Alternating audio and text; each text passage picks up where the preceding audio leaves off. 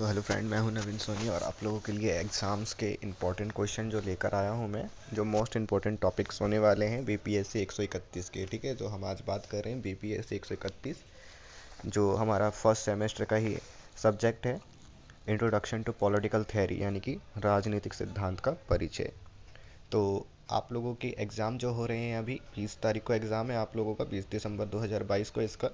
तो उसकी तैयारी के लिए मैंने आप लोगों के लिए क्वेश्चन बना दिए हैं। आप लोग अगर इन क्वेश्चन में से मोस्ट 20 क्वेश्चन पढ़ लेते हैं तो आप आराम से 70 से 90 नंबर आराम से लेकर आ जाएंगे। तो मैं आप लोगों को क्वेश्चन यहाँ पे प्रोवाइड करा दिया है मैंने, आप लोग यहाँ से क्वेश्चन लिख सकते हैं देख करके। ठीक है, और मैं आप लोगों को क्वेश्चन रीड आउट करके भी बता दूंगा कि कैसे इसको पढ़ना है। तो आप लोग अगर मेरे साथ जुड़े रहना चाहते हो और एग्ज़ाम में हमेशा ही अच्छे मार्क्स लेना चाहते हो, 70 80 90 नंबर हर सब्जेक्ट में लेना चाहते हो, तो आप मेरे चैनल को सब्सक्राइब कर लें और बेल आइकन को ऑल पे प्रेस करें, ताकि मैं जो भी वीडियोस डालूँ आप तक पहुंचती रहे। और आप लोगों की कोशिश ये रहनी चाहिए कि आप लोगों के अगर किसी फ्रेंड्स के पास हो ये सब्जेक्ट्स, या आप किसी ग्रुप में हो कॉलेज के इग्नू के, तो आप लोग वहाँ पे शेयर ज़रूर करें, ताकि आपके फ्रेंड्स भी पढ़ सकें, उनके पास भी इम्पॉर्टेंट टॉपिक मिल सके। तो चलिए अब हम वीडियो में आगे बढ़ते हैं इसी के साथ। तो हमारा जो पहला क्वेश्चन पूछा गया है बीपीएससी 131 का, ठीक है, वो है नागरिकता के प्रमुख सिद्धांतों पर अपने विचार लिखिए। तो यहाँ पे आप लोगों से क्वेश्चन किया गया है, जो नागरिकता के जो प्रमुख सिद्धांत होते हैं उन सिद्धांतों के लिए आप विचार कीजिए। तो आपको इसके सिद्धांत के विचार करने हैं। ठीक है, फिर दूसरा है कि शक्ति से क्या आशय है, क्या शक्ति से आप क्या समझते हैं, राजनीति में इसका क्या महत्व है।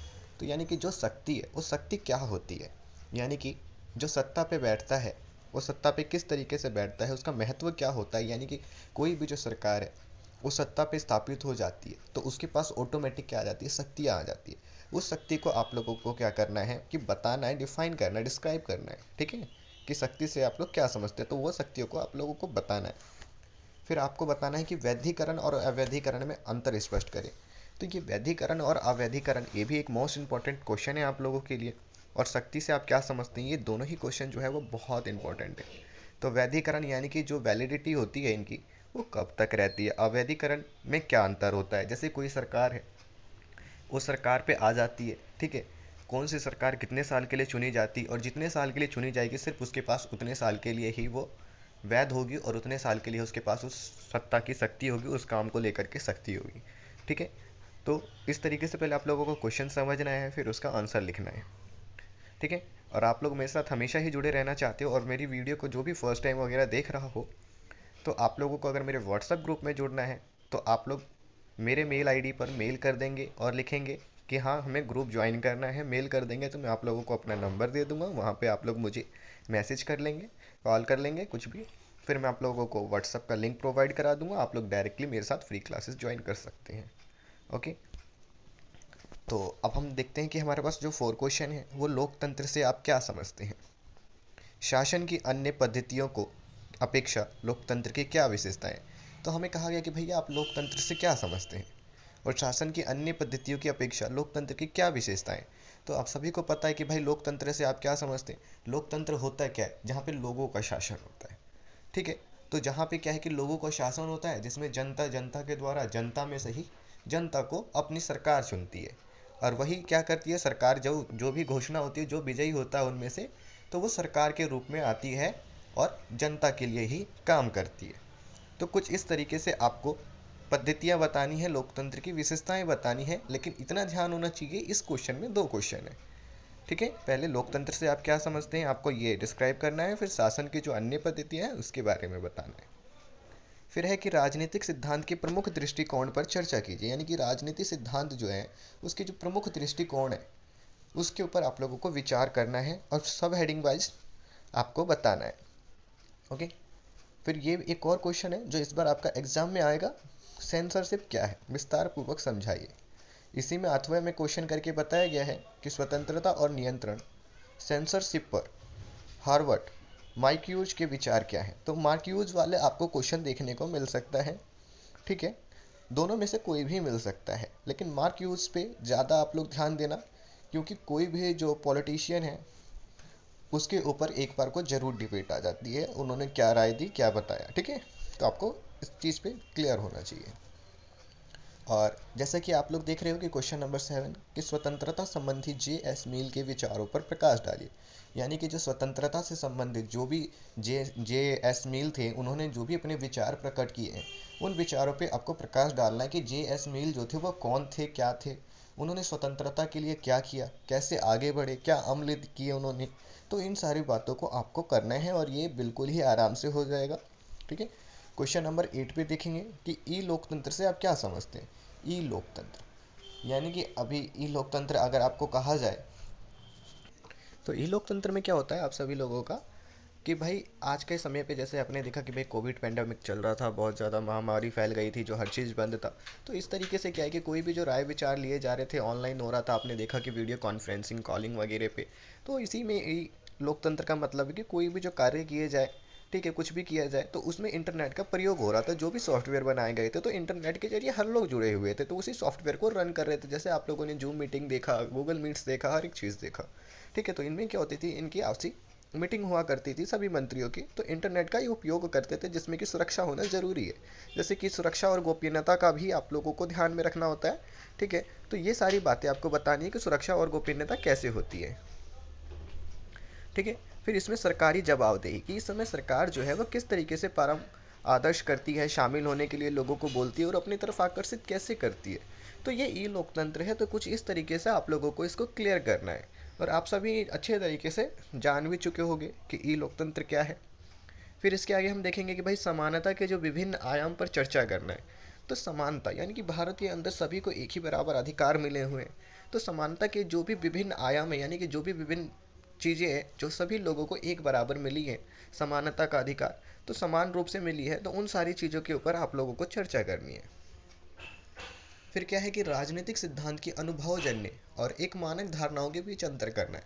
यानी कि राजनीतिक सिद्धांत की जो अनुभव जन्य है और मानक धारणाएं हैं, इन दोनों के बीचों में क्या करना है कि आप लोगों को अंतर स्पष्ट करने हैं। तो इस क्वेश्चन में आपको ये ध्यान रखना है कि आपको अंतर बताना है। तो राजनीतिक सिद्धांत के पहले अनुभव जन्य के बारे में आप लोगों को क्लियर करना होगा, डिस्क्राइब। फिर जो मानक धारणाएं उन दोनों के बारे में करना होगा, और इन दोनों के बारे में डिस्क्राइब करने के बाद क्या करना होगा, इन दोनों के बीच में आपको अंतर संबंध करना होगा कि दोनों के दोनों एक दूसरे से कैसे विपरीत हैं या कैसे एक दूसरे से संबंध रखते हैं। ठीक है।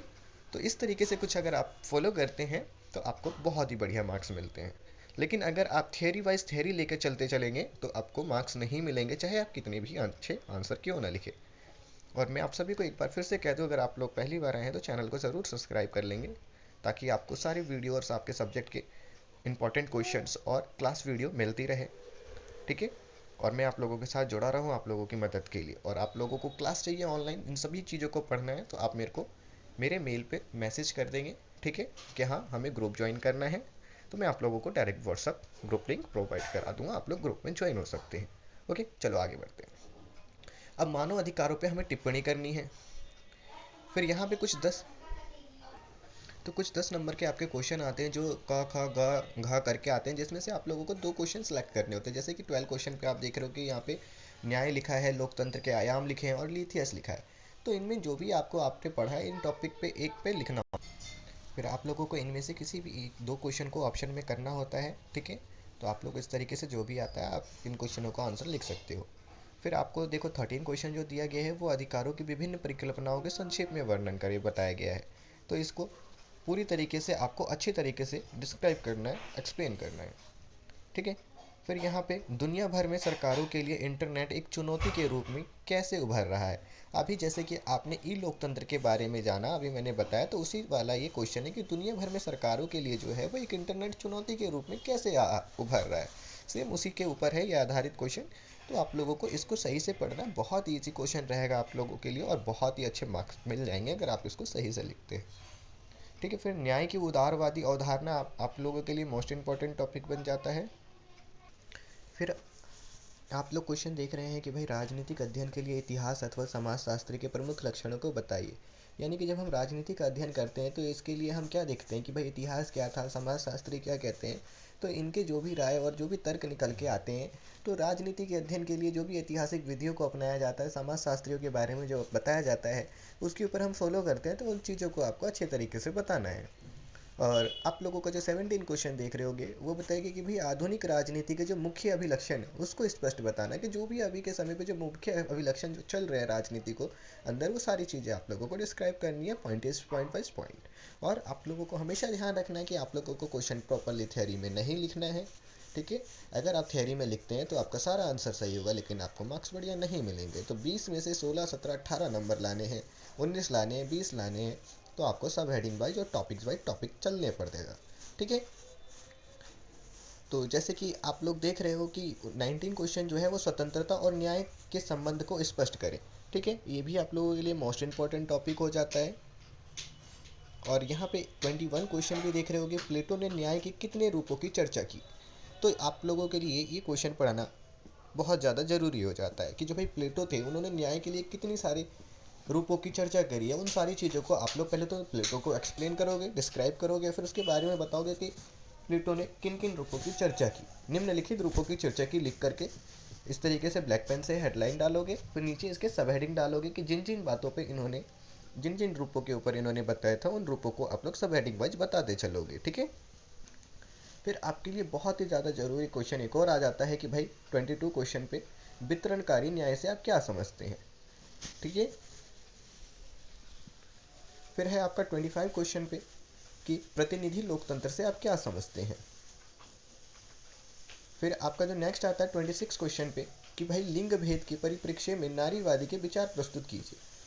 और जेंडर से आप क्या समझते हैं। ये क्वेश्चन वो है कि आप इसको स्किप नहीं कर सकते हो। इस बार 95% चांसेस है क्वेश्चन आप लोगों को देखने को एग्जाम में मिलेगा ही मिलेगा। तो लिंग भेद को लेकर के जो भी भेदभाव वगैरह जो पैदा होते हैं, जेंडर के ऊपर जो सवाल उठते हैं, उन सारी चीज़ों को लेकर के आपको क्वेश्चन आएगा ही आएगा। तो ये वो क्वेश्चन है जो आपके पूरे चैप्टर को ही कवर कर देते हैं। और लास्ट टाइम पे ये कुछ ऐसे क्वेश्चन है कि आप इनको फॉलो करते हैं तो आपका पूरा का पूरा पेपर कवर हो जाता है, ठीक है। और पश्चिमवादी और उदारवादी लोकतंत्र के प्रमुख लक्षण जो 32 क्वेश्चन पे देख रहे होगे, ये आप लोगों को करना है, ठीक है। और नीचे जो 37 है वो पुरुष और महिलाओं के संदर्भ में, ठीक है। तो इन क्वेश्चन को आपको देखना है। ये कुछ ऐसे क्वेश्चन है, इसमें 37 क्वेश्चन है आप लोगों के पास 37, लेकिन उसमें से टॉप 20 ऐसे क्वेश्चन है जो आपको करने हैं। मैंने आपको बताया भी, पढ़ पढ़ के लिखने का तरीका बताया है, आप लोगों को बस उस तरीके से फॉलो कर लेना है।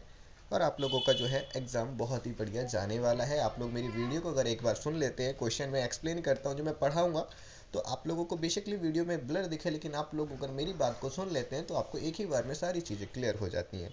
और अभी तक आप लोगों ने चैनल को सब्सक्राइब नहीं किया तो चैनल को जल्दी से सब्सक्राइब करें और अपने उन सभी फ्रेंडों तक भी शेयर करें इस वीडियो को, उन ग्रुप में भी शेयर करें कि जिनके पास ये सब्जेक्ट हो। ग्रुप में करेंगे तो सभी बच्चों के पास चला जाएगा। तो आपके पास जो भी कोई ग्रुप है आप उन सभी ग्रुपों में कर सकते हैं ताकि सभी का भला हो सके, सब अपने एग्ज़ाम को क्लियर कर सके। जिनके पास बुक्स नहीं है, कुछ नहीं है, तो मैं उनको फ्री क्लासेस प्रोवाइड कराऊंगा, उनको तरीके बताऊंगा। आप लोग अगर जानना चाहते हो कि एग्ज़ाम को कैसे करना है तो आप लोग मेरे को कमेंट बॉक्स में लिख करके भेजेंगे कि सर एग्ज़ाम कैसे क्लियर करें कुछ ही दिनों में, और कुछ टॉपिक्स को पढ़ के हम एग्ज़ाम कैसे क्लियर करें। अगर आप लोग ये जानना चाहते हो तो आप मुझे एक कमेंट बॉक्स में लिख देंगे, तो मैं आप लोगों के लिए इसके लिए एक वीडियो बना दूंगा। आप लोग उस वीडियो में आएंगे और मेरे साथ आप लाइव भी जुड़ सकते हैं, तो आप लोग लाइव क्लासेस भी ले सकते हैं। चलिए, ज़्यादा से ज़्यादा लाइक करें आप लोग ताकि मैं आप लोगों के लिए नेक्स्ट वीडियो फटाफट से लेकर आऊँ इसके सॉल्यूशन के ऊपर। चलिए मिलते हैं नेक्स्ट वीडियो में। Thank you.